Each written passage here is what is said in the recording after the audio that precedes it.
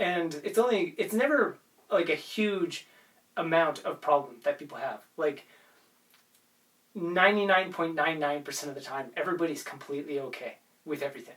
Like you can, if we're sitting here, no matter what where anybody looks at from wherever they're sitting, 99.99% of everything that they look at, they have no emotional reaction to, like no major attachment or aversion or craving or anything. It's just, it's all okay. You can look at anything, you can hear anything, you can sit in and sit anywhere, hear anything, and no matter what anybody says, like there's so much sound going on in like a movie theater, people walking around in lines, talking, whatever. If somebody says your name, you can hear it.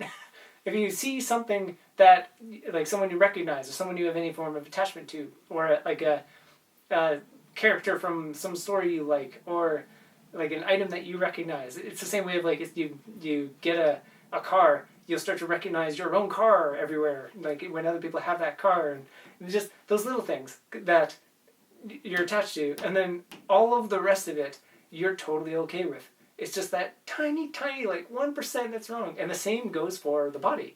You're somehow operating every day. Like the lungs are doing their thing, the heart is doing its thing, the legs can bend, you can move, you can, like everything's functioning, and somehow you're alive. Like even if you, like our dad was talking about this guy who had part of his leg chopped off recently to do his health thing, and he's like super huge, and like he didn't, we've only met him once, and he looked really sick just in general, just not taking care of himself.